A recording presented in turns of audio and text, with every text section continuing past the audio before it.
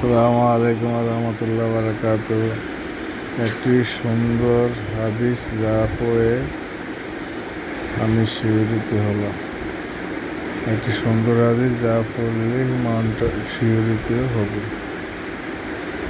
নবী করিম সাল্লাল্লাহু আলাইহি ওয়াসাল্লাম হইতে বর্ণিত, একদিন হযরত জিবরাইল আলাইহিস সালাম, মিকাঈল আলাইহিস সালাম, ইসরাফিল আলাইহিস সালাম ও আজরাইল আলাইহিস সালাম আমার নিকট আগমন করলেন এবং বললেন, যে ব্যক্তি প্রতিদিন সকাল ও সন্ধ্যায় 10 বার দুরূদ শরীফ পড়বে, আমি জিবরাইল তার হাত ধরে কৌসার পার করাব।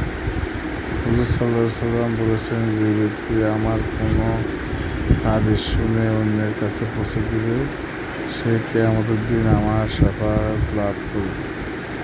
জিনিসটা লাইক দিবেন, শেয়ার করবেন, সাবস্ক্রাইব করবেন, অপরকে জানার চেষ্টা করবেন। আজ এই পর্যন্ত। আসসালামু আলাইকুম।